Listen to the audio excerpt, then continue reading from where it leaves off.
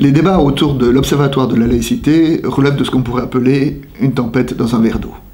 Un verre d'eau car nous voyons bien qu'il s'agit d'une guerre de position au sein de la gauche, mais une tempête, car ce qui est en jeu c'est la place du religieux dans la société et les attentats de l'année dernière ont montré que ce peut être une question de vie et de mort. Face, à ces attentats, certains ont tendance à vouloir marginaliser les religions. Ils disent que parce qu'ils touchent à l'absolu, à l'ultime, les religions ont une accointance avec les délires et pourquoi pas avec le terrorisme. Oh non, certes, ils disent que le terrorisme relève d'une pathologie, mais comme c'est une pathologie qui se nourrit du religieux, en diminuant le religieux, on diminuera le risque de cette pathologie. C'est simplement oublier que l'humain est un animal religieux, que l'homme, et les adolescents particulièrement, ont une quête d'absolu, une soif de radicalité.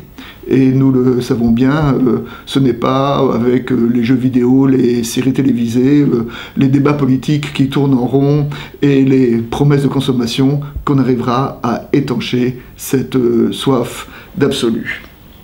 S'il y a donc un impératif derrière ces événements, c'est bien celui de penser la place du religieux dans la société.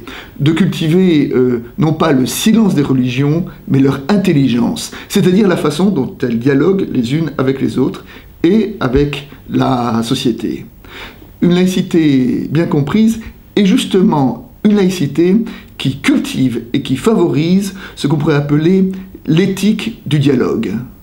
Car nous le savons bien, les extrémistes se nourrissent de l'inculture, du désert religieux. Et à vouloir réduire le religieux à la sphère privée, on en fait un désert, on ne cultive pas cette intelligence et par un mouvement paradoxal, on en vient à favoriser les délires complotistes.